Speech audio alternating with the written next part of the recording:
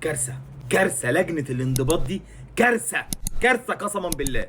لجنه الانضباط النهارده قررت توقيع غرامه وعقوبه على لاعب مروان عطيه، ايقاف مباراه وغرامه 5000 جنيه. وتم توقيع غرامه على احمد نبيل كوكا 2500 زائد ايقاف مباراه واحده. تم توقيع غرامه 150 الف جنيه على النادي الاهلي مع منع حضور جماهيره مباراه واحده. طب ليه؟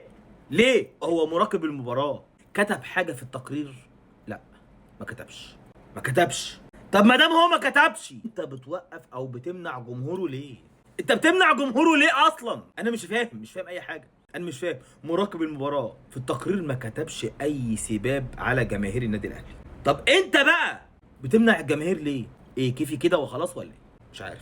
طب الجمهور اللي مسك اللاعب احمد سيد زيزو هدى يا هدى وكذا وكذا وكذا، عملت له ايه؟ ده يا باشا ده فيها منع جماهير لاخر الموسم. يا جماعه يا جماعه يا جماعه، ده مراقب المباراه مش كاتب حاجه في التقرير. تمنعوا الجمهور ليه طيب؟